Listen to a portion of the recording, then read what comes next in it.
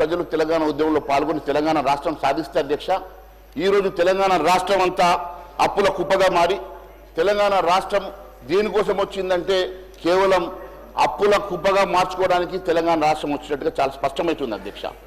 ఈరోజు గత 10 సంవత్సరాల పాలకుల తప్పిదమా లేదా గత 10 సంవత్సరాలు గత ప్రభుత్వం చేసిన తప్పిదమా, ఈ రాష్ట్రం పూర్తిగా లక్షల కోట్ల అప్పు చేసేసి ఈరోజు జిఎస్డిపి దాదాపు 16 లక్షల కోట్ల రూపాయలు జిఎస్డిపి పెరిగినప్పటికీ వారు పెరిగినటువంటి జిఎస్డిపి మీద దాదాపు 50% అప్పు తీసుకొచ్చేటువంటి దుస్థితి రాష్ట్రంకి వచ్చిందంటే మరి ఈ రాష్ట్రం ఏ దిశలో పయనించి ఈ రాష్ట్రం ఏ రకంగా మరి పూర్తిగా ఆర్థికంగా సంక్షోభంలో కూరుకుపోయిందో అర్థమవుతా ఉంది అధ్యక్ష. మరి గొప్పలకు పోయి గత ప్రభుత్వం ఎన్నో తప్పిదాలు చేసి ఉండొచ్చు, గొప్పలకు పోయేసి ఎన్నో తప్పుడు కార్యక్రమాల్ని ప్రవేశపెట్టిండొచ్చు. కాళేశ్వరం లాంటి, మిషన్ భగీరథ లాంటి, మిషన్ కాకతీయ లాంటి ఈరోజు ఒక బడిగుండై ఇవన్నీ కూడా ఈ రాష్ట్రంలో వైట్ ఎలిఫెంట్స్ అయ్యేటువంటి మరి ప్రోగ్రామ్స్ టేకప్ చేసి లక్షల కోట్లు దాని మీద వృధాగా ఖర్చు ఉండొచ్చు అధ్యక్ష.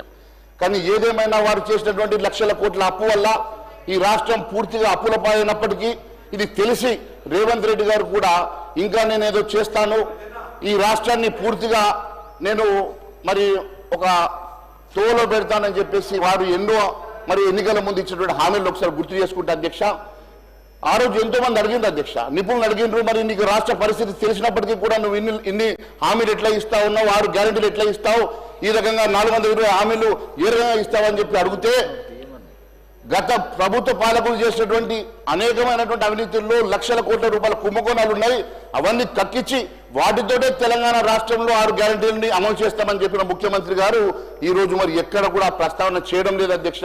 14 నెలలైనా మరి ఏ ఒక్కరి మీద కేసు పెట్టలేదు, ఏ ఒక్క విచారణ పూర్తి కాలేదు, ఏ ఒక్క రూపాయి కూడా రికవరీ చేయని పరిస్థితిలో ఉందంటే మరి వారు చేసింది మరి అబద్ధపు మరి హామీలా ఒకసారి తెలియజేయాల్సిన అవసరం ఉన్నదని నేను తెలియజేస్తా ఉన్నాను అధ్యక్ష. మరి వాస్తవంగా కుంభకోణాలు జరిగినాయా, వాస్తవంగానే మరి అవన్నీ కూడా మీరు చెప్పినటువంటి ఆరోపణలన్నీ కూడా వాస్తవాలా, ఒకవేళ వాస్తవాలు అయితే దేనికోసం అని చెప్పి దాని మీద ఎంక్వైరీ జరుగుతలేవు, దేనికోసం అని చెప్పి వాటి మీద సిబిఐకి మీరు ఎంక్వైరీ కోసం ఎందుకు ఇవ్వడం లేదు, అవన్నీ ఎప్పటికి రికవరీ చేస్తారు, ఎప్పటి లోపల ఈ రాష్ట్రంలో మీరు చెప్పినట్టుగా లక్షల కోట్ల రూపాయలు రికవరీ చేసి మీరు ఎప్పటి లోపల ఈ రాష్ట్రంలో మీరు ఇచ్చిన హామీ నెరవేరుస్తారని అడుగుతా ఉన్నాను అధ్యక్ష. మంత్రి గారి ప్రసంగం మొదటి పేరాలోనే వాస్తవ విరుద్ధంగా ఉంది అధ్యక్ష. ప్రజా ప్రయోజనాలంటే పథకాల ఎత్తివేతనే నా అధ్యక్ష అని అడుగుతా ఉన్నాం అధ్యక్ష. ఎందుకంటే ఉప ముఖ్యమంత్రి గారి బడ్జెట్ లో మొదటి పేరాలోనే మరి డొల్లగా అందులో విషయం తక్కువ ఊకదుంపుడు ఎక్కువగా ఉన్నది అధ్యక్ష. ఎందుకంటే మొదటి పేరాలో వారు చెప్పినటువంటి అంశం లోపల ప్రజా ప్రయోజనాలే ధ్యేయంగా అని చెప్పారు అధ్యక్ష. అంటే ప్రజా ప్రయోజనాలు ధ్యేయం అనంటే హామీలు నెరవేయడమే, హామీల కోసం నిధులు కేటాయించకపోవడమే వారు చెప్పినటువంటి ధ్యేయం అని చెప్పేసి మరి అనుమానాలు వస్తా ఉన్నాయి అధ్యక్ష. కాంగ్రెస్ అభయాస్తం 6 గ్యారెంటీల కార్డులు పథకాలకు నిధులు కేటాయింపు లేవి, మహాలక్ష్మి మహిళలకు నెలకు 2,500 సాయం కానీ రైతు భరోసాలని 3 హామీలకు సరిపోయిన నిధులు లేవు, ఇందిరమ్మ ఇళ్లకు ఇప్పటి వరకు ఇవ్వలేదు, ఇప్పుడు కేటాయించిన నిధులు సరిపోవు, యువ వికాసం విద్యార్థులకు 5 లక్షల విద్యా భరోసా కార్డులు నిధులు లేవు, చేయూత పెన్షన్ పెంపుకు నిధులు లేవు, ఈ గ్యారంటీ కార్డుల హామీలు కాకుండా ఇంకా నిరుద్యోగ భృతి 10 పంటలకు బోనస్, అంబేద్కర్ అభయాస్తం వంటి పథకాలు వరుసలో రెండో బడ్జెట్ లో కూడా నిధులు కేటాయించకపోవడం ఇదంతా చూస్తుంటే ఇది మోసపూరిత బడ్జెట్, మరి ప్రజల్ని మోసం చేయడం కాదని చెప్పి మేము ప్రశ్నిస్తున్నాం అధ్యక్ష. ప్రభుత్వ పథకాలకు మంగళం పాడాలనుకుంటా ఉన్నారు, ఎందుకంటే మంగళవారం ఎప్పుడు వస్తానో ఎదురు చూసేటువంటి భట్టి గారు ఎప్పుడు మంగళవారం వస్తే ఆ రోజు మరి బాండ్లను అమ్ముకోవడానికి చేసేటువంటి మరి ఆలోచన ఇచ్చినటువంటి పథకాల విషయంలో ఎందుకు వారు ఆలోచన చేయడం లేదని చెప్పి మాత్రం మేము ప్రశ్నిస్తున్నాం అధ్యక్ష.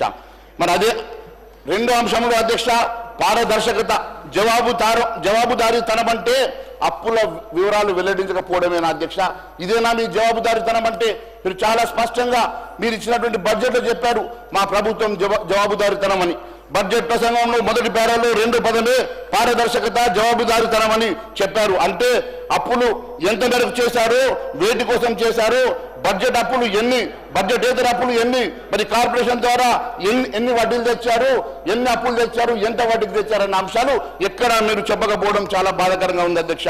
అంతేకాదు అధ్యక్ష, జవాబుదారీతనం అంటే నిధులు ఏ రకంగా సమకూరుస్తారు, ప్రభుత్వం భూముల్ని యూనివర్సిటీ భూముల్ని అమ్మడం ద్వారా ప్రజలచే లిక్కర్ని మరింత తాగించడం ద్వారా, లేకుంటే లిక్కర్, పెట్రోల్, డీజిల్ అమ్మకాలపై సేల్స్ ట్యాక్స్ పెంచడం ద్వారా ఏ రకంగా నిధులు సమకూరుస్తారో ప్రజానీకానికి చెప్పాల్సిన అవసరం ఉందని చెప్పి తెలియజేస్తా ఉన్నా అధ్యక్ష. రెవెన్యూ వ్యయంలో మూలధనం వ్యయం 16% అంటే బడ్జెట్ సమపాలన ఎట్లయితుంది అధ్యక్ష? బడ్జెట్ లో చాలా స్పష్టంగా సమతుల్యం ఏర్పాటు చేస్తాం, మరి సమపాలన చెప్పారు కదా అధ్యక్ష.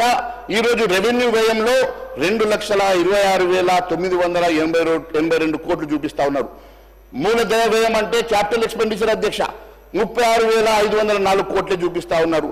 అంటే కనీసం మొత్తం బడ్జెట్ లో 12% అయితే మూలధనం మీరు చెప్పినటువంటి రెవెన్యూ ఎక్స్పెండిచర్ లో ఇది 16%. మరి 16% కూడా మీరు కేటాయించకుండా సమతుల్యం అంటా ఉన్నారు. ఏ రకంగా సమతుల్యం అవుతుందో మీరు ప్రజానీకానికి చెప్పాల్సిన అవసరం ఉంది అధ్యక్ష. ఈ సభకు కూడా చెప్పాల్సిన అవసరం ఉంది అధ్యక్ష. అరకొర ప్రణాళిక వ్యయాన్ని కేటాయింపులు చేసి సంక్షేమంలో సమతుల్యం అని చెప్పి, సమానంగా అభివృద్ధి అని చెప్పి మీరు తప్పుడు మరి రకంగా ఈరోజు పేర్కొనడం చాలా బాధాకరంగా ఉంది అధ్యక్ష. కేవలం ఇది అబద్ధాల బడ్జెట్ గా, అన్ని అబద్ధాలతో నింపినటువంటి బడ్జెట్ గానే ఈ ప్రసంగం పూర్తిగా నడిచింది తప్ప ఎక్కడ కూడా సమతుల్యం లేదు అధ్యక్ష అని చెప్పి నేను తెలియజేస్తా ఉన్నాను అధ్యక్ష. అంతేకాకుండా అరకొర నిధులతో అభివృద్ధి ఎలా అవుతుందో ఒకసారి మరి సభకు తెలియాల్సిన అవసరం ఉంది అధ్యక్ష. ఎందుకంటే మీరు కేవలం మూలధనం క్యాపిటల్ ఎక్స్పెండిచర్కి 36,000 కోట్లు కేటాయించి అభివృద్ధి చేస్తామంటే ఏ రకంగా అభివృద్ధి చేస్తారో మరి నిజంగా కూడా మీరు చెప్పినట్టుగా మరి ఇంత రెవెన్యూ వస్తుందా అంటే మీరు గత బడ్జెట్ ఒకసారి 2023-24 తీసుకున్నా, 24-25 తీసుకున్నా మరి ఏ రకంగా తగ్గిందో మీకు తెలుసు. 30,000 కోట్లు ఈసారి 60,000 కోట్లు గతంలో తగ్గినప్పుడు మీరు ఏ రకంగా మరి మూలధనాన్ని కూడా మరి క్యాపిటల్ ఎక్స్పెండిచర్ ని కూడా స్పెండ్ చేస్తారో మరి సభకు తెలియజేయాల్సిన అవసరం ఉంది అధ్యక్ష. ఏ రాష్ట్రంలో అయినా అభివృద్ధి, సంక్షేమం సమపాలనలు ఉంటేనే సమగ్ర ప్రగతి సాధ్యమవుతుంది అధ్యక్ష. అందుకే బ్యాలెన్స్ బడ్జెట్ అంటే రెవెన్యూ వ్యయం, మూలధన వ్యయం సమానంగా ఉండాలి. కానీ ఇక్కడ సమానత్వం లేకుండా 16% మాత్రమే మీరు క్యాపిటల్ ఎక్స్పెండిచర్ పెట్టి ఈ రకంగా మీరు మోసం చేయడం కాదని చెప్పి నేను తెలియజేస్తా ఉన్నాను అధ్యక్ష. ఈ రకంగా ఎట్లా ఉందంటే గత బీఆర్ఎస్ పాలనలో రాష్ట్రం అధోగతి పాలైంది కాబట్టి మేము కూడా అదే బాటలో నడుస్తాం, రాజుగారి గుర్రం రాను రాను గాడిదైంది అన్నట్టుగా ఉన్నది అధ్యక్ష మీ పరిస్థితి. ఇంకా సంక్షోభంలో తీసుకెళ్లే ప్రయత్నం చేస్తా ఉన్నారు. గతంలో ఉన్నటువంటి అప్పులను ఇంకా అప్పుల కుప్పగా మార్చి సంక్షోభం దిశగా ఈ రాష్ట్రాన్ని తీసుకెళ్లే దిశగా మీరు వెళ్తా ఉన్నారు. ఎందుకంటే మీరు గత 15 నెలల్లో మీరు తీసుకొచ్చినటువంటి అప్పులు మన ముఖ్యమంత్రి గారే చెప్పారు 1,58,000 కోట్లని. మరి మొన్న మంగళవారం రోజు మళ్ళీ 5,000 కోట్లు తెచ్చినట్టుగా మరి మాకు సమాచారం ఉన్నది. అంటే 1,63,000 కోట్ల అప్పు తీసుకొచ్చారంటే మరి ఏ రకంగా మీరు ఈ రాష్ట్రాన్ని ముందుకు తీసుకెళ్తా ఉన్నారో, ఏ రకంగా ఈ రాష్ట్రాన్ని మరి రాను రాను బీఆర్ఎస్ బాటలో నడుపుతా ఉన్నారో చాలా మరి స్పష్టంగా తెలియపరుస్తా ఉన్నది అధ్యక్ష. రాష్ట్రంలో అంతే కదా అధ్యక్ష, అన్నిటికన్నా మొన్నటికి మొన్న కేటాయింపులు మూలధనం వ్యయం అధ్యక్ష ఇట్ ఈస్ ఆల్ టైమ్ లో ఈజ్ 11.5%. 24-25 మొత్తం బడ్జెట్ లో మూలధన వ్యయం కేటాయింపులు కేవలం 11.5%. అంటే మీరు క్యాపిటల్ ఎక్స్పెండిచర్ తగ్గించుకుంటూ మీరు రెవెన్యూ ఎక్స్పెండిచర్ పెంచుకుంటూ పోవడం అనేది ఇది ఏ రకంగా సమతుల్యం అవుతుందో తెలియాల్సిన అవసరం ఉంది అధ్యక్ష. అభివృద్ధి, సంక్షేమం, సుపరిపాలన అంటూ సూక్తి ముక్తి వాళ్ళు చేసినారు కదా, ఎన్నో రకంగా చెప్పుకోగలిగినారు కదా. అసలు మీ సూక్తి ముక్తావళి చూస్తూ ఉంటే ఇది అభివృద్ధి సంక్షేమం కాదు, కేవలం కమిషన్ల ప్రభుత్వంగా ముందుకు నడుస్తూ ఉంది అధ్యక్ష. ఇది చాలా బాధాకరంగా ఉంది అధ్యక్ష. బడ్జెట్ ప్రసంగంలో మొదటి పేరాలోనే సుపరిపాలన రథ పరుగులు పెడుతోందని చెప్పేసి ఆ తర్వాత 5వ పేరా వరకు అంతా సాంప్రదాయాన్ని సుప్పిని శుద్ధపూసిన అన్నట్టుగా సూక్తి ముక్తావళి వెల్లడించారు కదా అధ్యక్ష. ఎక్కడ ఇవన్నీ కూడా మీరు చెప్పినట్టుగా వాస్తవాలు ఉన్నాయో మరి ప్రజానికం తెలియాల్సిన అవసరం ఉంది అధ్యక్ష. మరి ప్రజా దర్బార్ ఎక్కడున్నది? ప్రజా దర్బార్ నిర్వహిస్తామని చెప్పి గొప్పలు చెప్పినటువంటి ఈ ప్రభుత్వం ప్రజా దర్బార్ని పూర్తిగా మూసేసుకున్నారు అధ్యక్ష. నిధులు లేక కూనరిల్లుతున్నాయి. మరి ఎన్ని గ్రామాలు, పట్టణాలు, ఎన్నికైనా పాలక వర్గాలు లేక నిధులు లేక మొత్తం కూనరిల్లుతున్నాయన్న సంగతి నేను గుర్తు చేస్తా ఉన్నాను అధ్యక్ష. సంక్షేమం లేక పేదలు ఇబ్బంది పడతా ఉన్నారు. ఉద్యోగ ఖాళీలు భర్తీ లేదు, ఇచ్చిన హామీలు అమలు చేయడం లేదు. మరి ఇటీవల సాక్షాత్తు సెక్రటేరియట్ సాక్షిగా 100 మంది పైగా కాంట్రాక్టర్లు వచ్చేసి అక్కడ ధర్నా చేసే పరిస్థితి వచ్చిందంటే గతంలో ఎన్నడూ చూడనటువంటి పరిస్థితి. ఈ రోజు కాంట్రాక్టర్లు సైతం సెక్రటేరియట్కు పోయేసి 20% అని చెప్పి నినాదాలు ఇచ్చేటువంటి దుస్థితిలో ఈ రాష్ట్ర ప్రభుత్వం ఉన్నదంటే ఏ పరిస్థితికి పాలన సాగుతూ ఉన్నదో ఒక్కసారి నేను గుర్తు చేయదలుచుకున్నాను అధ్యక్ష. అంతేకాదు అధ్యక్ష, ఇప్పటి వరకు 25 లోపల చెల్లించకుంటే అసెంబ్లీని ముట్టడి చేస్తామని చెప్పి కాంట్రాక్టర్ చిన్న కాంట్రాక్టర్ కూడా హెచ్చరించే పరిస్థితికి రాష్ట్ర ప్రభుత్వం ఉందంటే చాలా బాధాకరంగా ఉంది అధ్యక్ష. తెలంగాణ నమూనా అంటే దేంట్లో నమూనానో అర్థం కావడం లేదు అధ్యక్ష. హామీల ఎగవేతల నమూనానా, లేకుంటే మరి కబ్జాలలో, మరి లేకుంటే హైడ్రా పేరు మీద కూల్చివేతల్లో మీరు నమూనానా, దేంట్లో నమూనానో తెలియాల్సిన అవసరం ఉంది అధ్యక్ష. బడ్జెట్ ప్రసంగంలో 5వ పేర అభివృద్ధి, సంక్షేమం, సుపరిపాలన అనేటువంటి 3 అంశాలతో తెలంగాణ నమూనా అని చెప్పి ఇది దేశానికి ఆదర్శంగా నిలుస్తాయని చెప్పారు కదా. సంక్షేమం అంటే ఇచ్చిన హామీల ఎగవేత, అభివృద్ధి అంటే లంక బిందెల విజన్, ఇక సుపరిపాలన అంటే 20% కమిషన్ తప్ప ఇంకోటి కనబడతలేదు అధ్యక్ష. కాంగ్రెస్ మేనిఫెస్టోలో లేనటువంటి ఫ్యూచర్ సిటీని ముందుకు తీసుకొస్తా ఉన్నారు. ఫ్యూచర్ సిటీ మూసి బుస్తాబు లాంటి రద్దన ఫార్మసీ ఉన్న చోట మరో ఫార్మసీ క్లస్టర్ని రూపొందించి మరి ఈ రకంగా అసలు అభివృద్ధి కంటే పాలకులు కేవలం మేనిఫెస్టోలో అయినటువంటి అంశాలను లేవనెత్తి లంక బిందెల కోసం మరి వెతుకులాడుతున్నట్టుగానే ఉన్నది తప్ప ఇది ఎక్కడ కూడా మీ ఇచ్చినటువంటి మేనిఫెస్టో హామీల అంశంలో ఎక్కడ కూడా మీ మోడల్ కనబడతలేదు అధ్యక్ష. అంతేకాదు అధ్యక్ష, భూసేకరణ పేరు మీద పేద రైతుల్ని మరి గిరిజన రైతుల్ని భయభ్రాంతులు చేసి వారి భూముల్ని కబ్జా చేయడానికి ఉన్నటువంటి శ్రద్ధ ఈ రాష్ట్రంలో మీరు ఇచ్చినటువంటి హామీల మీద లేకపోవడం చాలా బాధాకరంగా ఉంది అధ్యక్ష. అంతేకాదు అధ్యక్ష, ఈరోజు బడ్జెట్ ప్రసంగం 6వ పారాగ్రాఫ్లో తెలంగాణ రైజింగ్ 2050 అనే ప్రణాళికతో ఆర్థిక వ్యవస్థను ముందుకు పోతుందని చెప్పుకున్నారు అధ్యక్ష. నేను ఒకటి అడుగుతా ఉన్నాను, బీఆర్ఎస్ పాలనలు ఇట్లనే బంగారు తెలంగాణను ఊరించారు, అది నినాదం పుట్టి డొల్లాని బంగారు అంతా కూడా కేసీఆర్ కుటుంబానికి చేరిందని ప్రజలు గమనించి ఆ ప్రభుత్వాన్ని ఓడగొడితే ఈ ప్రభుత్వం వచ్చేసి ఈరోజు రైజింగ్ అంటా ఉన్నారు అధ్యక్ష. రైజింగ్ కేవలం ఆ 4 మంత్రులకే రైజింగ్ ఉన్నది, కేవలం క్యాబినెట్లో ఉన్న వారికి రైజింగ్ కనబడతా ఉంది, కానీ ఇక్కడ ఉన్నటువంటి పేద ప్రజలకు అంతా కూడా ఇది ఫాలింగ్ లాగా కనబడతా ఉంది అధ్యక్ష. ఇది ఎక్కడ కూడా అభివృద్ధి అనేది నోచుకోలేని, రైజింగ్ అనేది కనబడని, కేవలం వారి క్యాబినెట్లోనే రైజింగ్ కనబడతా ఉంది తప్ప పేద ప్రజానికానికి కాదని చెప్పి నేను తెలియజేస్తా ఉన్నాను అధ్యక్ష. అంతేకాదు అధ్యక్ష, 15 నెలల్లో 1,63,000 కోట్ల అప్పు చేసి ఏ రకంగా రైజింగ్ అని చెప్పేసి మీరు చెప్పుకుంటున్నారో అది తెలియజేయాల్సినటువంటి అవసరం ఉంది అధ్యక్ష. ఏ రకంగా మంగళవారం వస్తే ఎక్కడ ఆర్బీఐ ద్వారా బాండ్ల రూపంలో ప్రభుత్వం 5,000 కోట్ల అప్పు చేయాలన్న ఆలోచన తప్ప వీళ్ళు కేవలం ఎప్పుడు మంగళవారం వస్తుందని మంగళవారం కోసం వేచి చూడేసేటువంటి ప్రభుత్వం ఏ రకంగా రైజింగ్ అవుతుందో ఒక్కసారి తెలియజేయాల్సిన అవసరం ఉందని చెప్పి తెలియజేస్తా ఉన్నాం అధ్యక్ష. అంతేకాదు అధ్యక్ష, ఈరోజు కాంగ్రెస్ సర్కార్ రోజుకి 1,715 కోట్ల అప్పు చేస్తుంది అధ్యక్ష. తలసరి అప్పు 2,27 లక్షల రూపాయలు అధ్యక్ష. మీడియా కథనాలు బట్టి ప్రస్తుత తెలంగాణ అప్పు 8,06,00,000 కోట్లు పైగా ఉంది. కాంగ్రెస్ అధికారంలోకి వచ్చి నేటికి 470 రోజులు అంటే రోజుకి 1,715 కోట్ల అప్పు చేసింది ఈ సర్కార్. గంటకు 71 కోట్ల పైగా, నిమిషానికి ₹1,00,00,000 పైగా అప్పు చేస్తుంది ఈ ప్రభుత్వం అని చెప్పి తెలియజేస్తా ఉన్నాను అధ్యక్ష. కాంగ్రెస్ సర్కార్ తాజాగా నిర్వహించిన కులగణన సర్వేలో రాష్ట్ర జనాభా 3,54,00,000 తేలింది. రాష్ట్రంలో ఉన్న అప్పు 8,06,00,000 అంటే మరి ఒక్కొక్క మనిషికి 2,27,000 రూపాయల మరి అప్పుగా కనబడతా ఉంది అధ్యక్ష.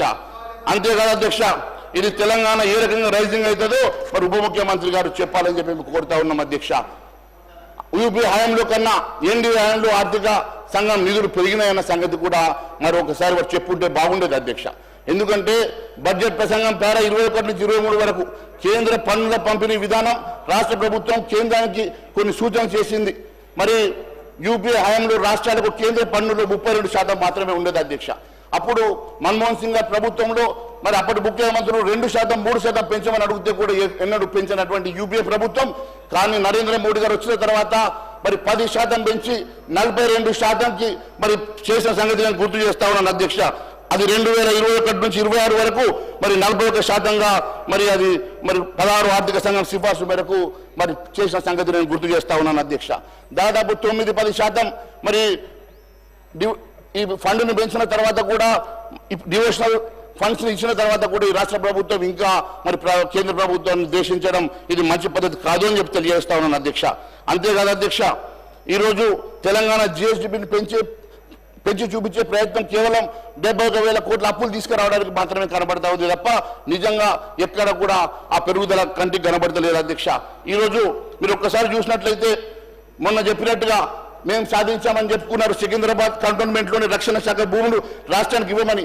గత ప్రభుత్వంలో యూపీఏ ప్రభుత్వం అడిగితే ఇవ్వని భూములు కూడా మరి మీరు అడిగితే ఈరోజు నరేంద్ర మోడీ గారి ప్రభుత్వం ఇచ్చిన సంగతి మీరు దాన్ని కూడా అప్రిషియేట్ చేస్తే బాగుండేదని చెప్పి తెలియజేస్తాను అధ్యక్ష.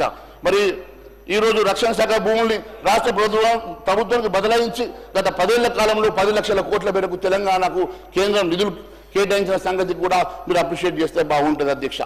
కాంగ్రెస్ అభయహస్తం ఇప్పుడు శూన్యాస్తంగా, కపటాస్తంగా, కుటిలాస్తంగా, భస్మాసుర హస్తంగా మారిందని బడ్జెట్లో ప్రసంగంలో 24 నుంచి 30 వరకు అభయహస్తం పేరుతో పలు సంక్షేమ పథకాలు అమలు చేస్తున్నట్టుగా గోపాల్ చెప్పారు కదా అధ్యక్ష.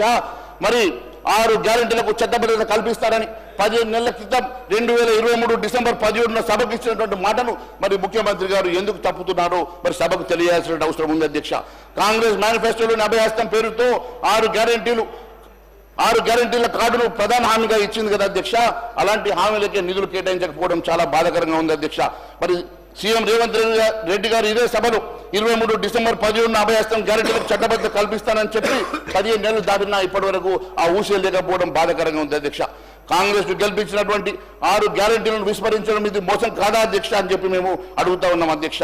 ఎందుకంటే కాంగ్రెస్ నమ్మి ఓటేస్తే ఈరోజు నమ్మి నానబోస్తే బుచ్చి బూరలైనట్టుగా ఈ సామెత గుర్తుకొస్తా ఉంది అధ్యక్ష. అధికారిని కట్టబెట్టిన హామీలు తుంగలో తొక్కడమే మార్పు అంటే ఇదే నా అధ్యక్ష.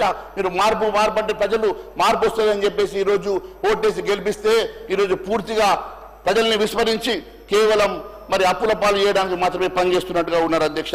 తెలంగాణ ప్రజలు కోరుకుంటున్నటువంటి మార్పు సాకారం చేస్తామని అధికారంకి వచ్చిన తర్వాత పూర్తిగా ప్రజల్ని అసంతృప్తి పాలు చేయడం ఇదేనా మార్పు అంటే అని అడుగుతా ఉన్నాం అధ్యక్ష.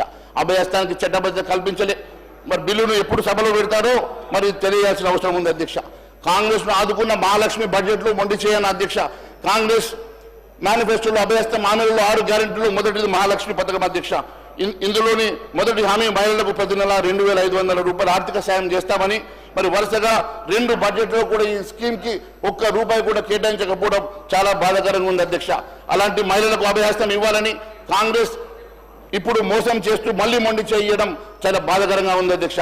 రైతు భరోసాకు పథకానికి 18,000 కోట్లు, రైతు భరోసా గ్యారెంటీలో 3 హామీలకు ఈ నిధులు ఎట్లా సరిపోతాయో తెలియాలి అధ్యక్ష.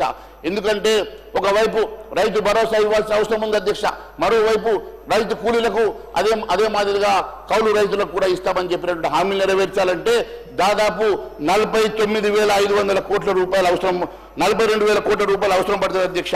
ఎందుకంటే రైతు భరోసా పథకానికి మరి 15,000 కోట్ల రూపాయలు కావాలి.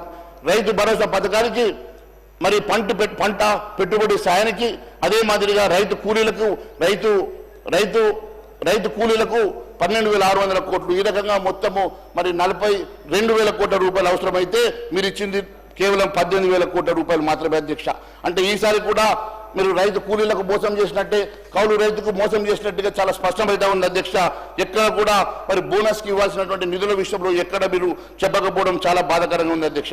క్వింటాల్కి 10 పంటలకు మీరు బోనస్ ఇస్తామని చెప్పి ఇప్పటి వరకు కూడా కేవలం సన్న ఓట్లకు మాత్రమే బోనస్ అని చెప్పి మరి రైతుల్ని మోసం చేసిన మాట వాస్తవం కాదని తెలియజేస్తా ఉన్నాను అధ్యక్ష. అంతేకాదు అధ్యక్ష, ఇంద్రమ్మ ఇండ్ల విషయంలో కూడా నిధులు కాంగ్రెస్ మేనిఫెస్టోలో అభయహస్తం హామీల్లో 4 గ్యారెంటీల్లో ఇంద్రమ్మ ఇల్లు కూడా అధ్యక్ష. ఈ పథకం కింద ప్రతి అసెంబ్లీ సెగ్మెంట్లో 3,500 ఇల్లు కట్టిస్తామని చెప్పారు. గత బడ్జెట్లో కూడా ఈ అంశాన్ని చెప్పారు. ఇప్పటివరకు ఎక్కడ కూడా ఒక ఇల్లు కట్టలేదు అధ్యక్ష.